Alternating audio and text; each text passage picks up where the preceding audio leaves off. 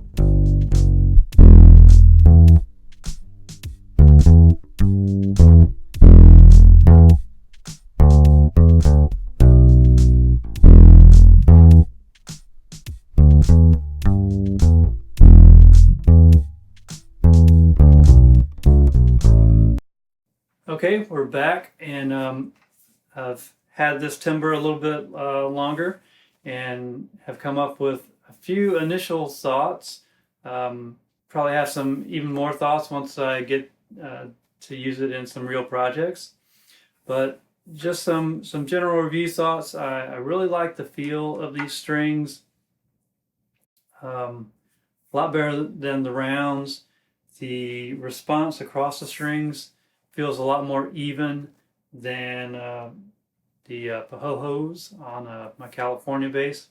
So especially as you're getting up into the D and the G strings on the Pahojos can really drop off in volume and just don't have quite the same playing response. So you have to kind of adjust your technique for that. So overall, I like the flats better for that. So yeah, I think I'm going to get a lot of use out of this bass. Just having flats on this short of a scale is just pretty cool to be able to get that sound. I'll also come back and try and do some direct comparisons between the California U bass with the black Pahojos versus the flat wounds, but we'll do that some other time. As I touched on last time, there are a couple of cons, I would say, with this bass, or ways that it could be better.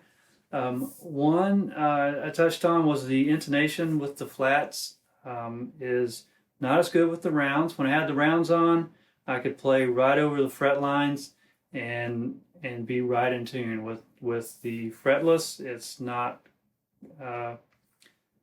quite as right on the line, so you do have to use your ear more and kind of adjust your playing as you go.